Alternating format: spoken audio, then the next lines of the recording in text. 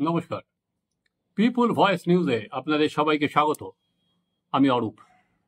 নাগরিক আন্দোলনের মোকাবিলা করা কিন্তু খুব কঠিন।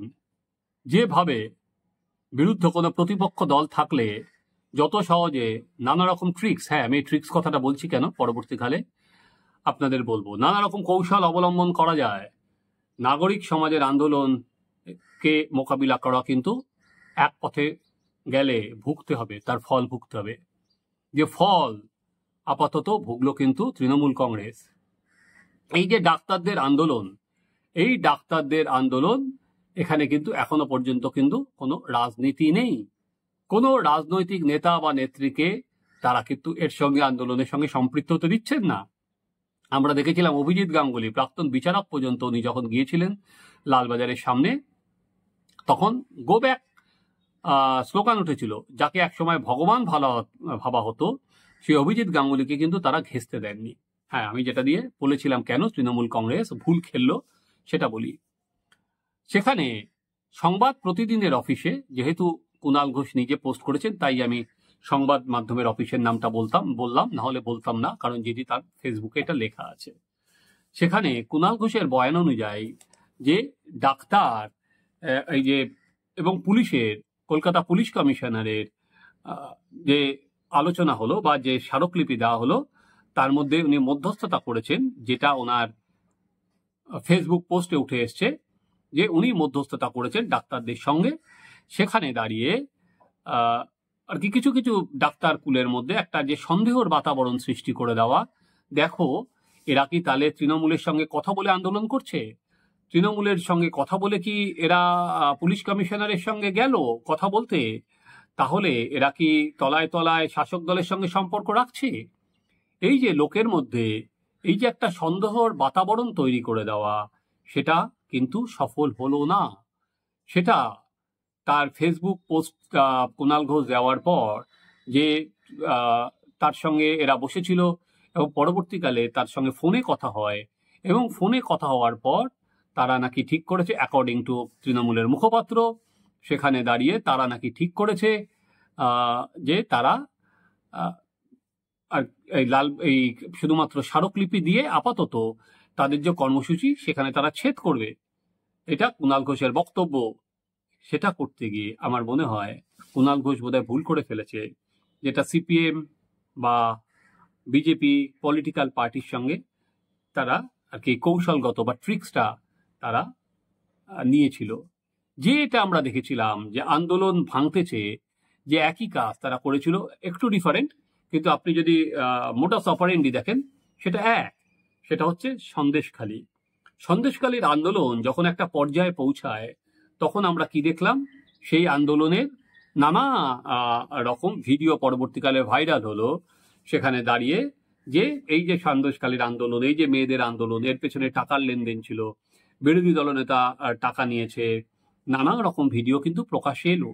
সেখানে আপনাদের মনে রাখা ভালো, সেখানে দাঁড়িয়ে কিন্তু যে বিজেপি নেতা, ওখানকার মন্ডল প্রেসিডেন্ট, তার মুখ দিয়ে বলানো হয়েছিল এবং সেরকম অনেকগুলো ভিডিও ভাইরাল হয়েছিল।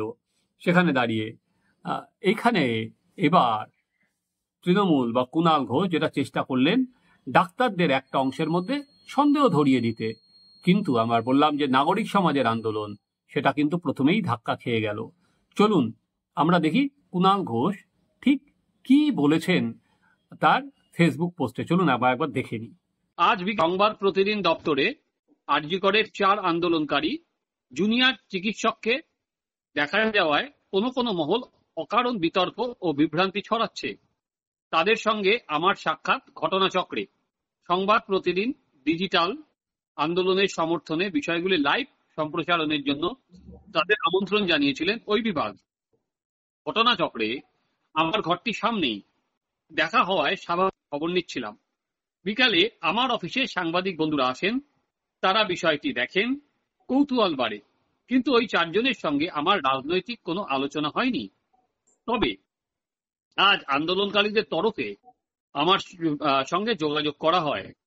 তাদের তরফে বলা হয় নির্দিষ্ট কিছু কারণে লালবাজারের ধর্ণা এগোনো ঠিক হবে না। তাঁরা আজই এখনই নগরপালের ইস্তফা না দিলে উঠবেন না, এই দাবিতে অনড় থাকবেন না।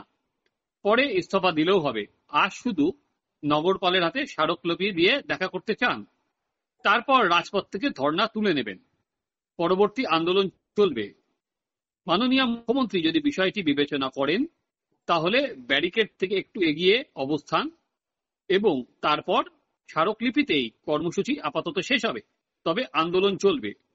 এরপরের ঘটনাক্রম আমি লিখছি না।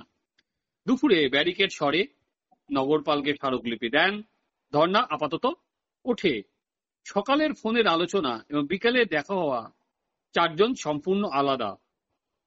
স্মারকলিপি এবং ধর্ণাটি ওঠার কথা বেলা 11:30টার মধ্যে চূড়ান্ত ছিল। চিকিৎসক আন্দোলনকারীদের অত্যন্ত দায়িত্বশীল মনোভাবের পরিচয় দিয়েছেন। তাদের আন্দোলন ও প্রতিবাদের প্রতি আমার এবং আমাদের পূর্ণ সমর্থন আছে। একাধিক সিনিয়র চিকিৎসকও যথাযথ পরামর্শ দিয়ে জুনিয়রদের পাশে থাকছেন। ন্যায় বিচার হোক, ধর্ষক খুনির ফাঁসি হোক, দুর্নীতির চক্র নিপাত যাক। চিকিৎসকরা আন্দোলনে যেভাবে সহযোগিতা চাইবেন, রাজনীতির বাইরে এক নাগরিক হিসাবে সাধ্যমতো সঙ্গে থাকব। আপনারা দেখলেন কুণাল ঘোষ ফেসবুক পোস্টে ঠিক কি লিখেছেন। এদিন ডাক্তারেরা যেটা বললেন যে কুণাল ঘোষ যেটা বলছেন এটা ডাহা মিথ্যে কথা। তারা পরিষ্কার বলে দিয়েছেন যে এই আন্দোলন অরাজনৈতিক এবং আমরা ডাক্তারেরা নিজেরা কথা বলে সিদ্ধান্ত নিচ্ছেন। এখানে কোনো বাইরের কেউ কোনো রকম হস্তক্ষেপ সেখানে দাঁড়িয়ে সেটা তারা মানবেন না। এটা কিন্তু ডাক্তারের সাফ বয়ান যে বাইরের কোনো রাজনৈতিক দল সেখানে এই আন্দোলনকে হাইজ্যাক করতে পারবে না। এইবার কি হলো, আজকে আমরা একরকম ভাবে বলছি যে আমরা এই ডাক্তারদের আন্দোলনের পাশে আছি, উই ওয়ান্ট জাস্টিস। অন্যদিকে এই উই ওয়ান্ট জাস্টিসে অন্যতম কিন্তু ডাক্তারদের একটা দাবি, সেটা হচ্ছে পুলিশ কমিশনারের পদত্যাগ। প্রথম দিন থেকে তারা বলেছেন 12 তারিখ এবং 14 তারিখ পুলিশ কমিশনারের যে রোল, সেই রোলের তারা বিরোধী। এবার পরবর্তীকালে এই যে বিভিন্ন কভার আপ স্টোরি আসছে, সেখানেও তারা পুলিশের রোল নিয়ে তারা অসন্তুষ্ট। পুলিশ কমিশনারের পদত্যাগের দাবিতে তারা কিন্তু কলেজ স্কয়ার থেকে লালবাজার শুধু মিছিল করেনি, তারা 22 ঘন্টা ওখানে অবস্থান বিক্ষোভ করেছে এবং তারপর পুলিশ কমিশনারকে গিয়ে তারা একটা মেরুদণ্ড তুলে নিয়ে এসছে। এবং লালবাজারের ইতিহাসে এই প্রথমবার হয়েছে যে পুলিশ কমিশনারের টেবিলের সামনে দাঁড়িয়ে এই শিরদাঁড়া রেখে তারা একটা প্রতীকী শিরদাঁড়ার প্রতীক রেখে তারা বলছে আপনি কেন পদত্যাগ করবেন না। ভাবা যায় না। সত্যি নজিরবিহীন আন্দোলন। আমি বাবারও বলেছি সাংবাদিকতা জীবনের আমার 25-26 বছরের সাংবাদিকতা জীবনে কিন্তু এটা দেখিনি। এবার কুণাল কিন্তু সেটাকেই ভাঙতে চাইলেন। কুণাল এই যে এই যে ডাক্তারদের যে আন্দোলন, তিনি কিন্তু একটা সন্দেহ তার মধ্যে সৃষ্টি করে দিতে চাইলেন যে শুধুমাত্র ডাক্তার নয়, যেহেতু আরজি করে ঘটনা এবং আরজি করের ছেলেগুলোই আজকে লিড নিচ্ছে, ফলে এইটাকে সামনে এনে জনসাধারণের মধ্যে যদি একটা অন্য ধারণা কিছুটা পোষণ করা যায়, তাহলে উনি হয়তো সেটা ভেবেছিলেন আখেরে লাভ হবে। কিন্তু সেটা কিন্তু বুমেরাং হয়ে গেল। এটা কিন্তু তৃণমূল কংগ্রেসের পক্ষে আখেরে ক্ষতি হবে।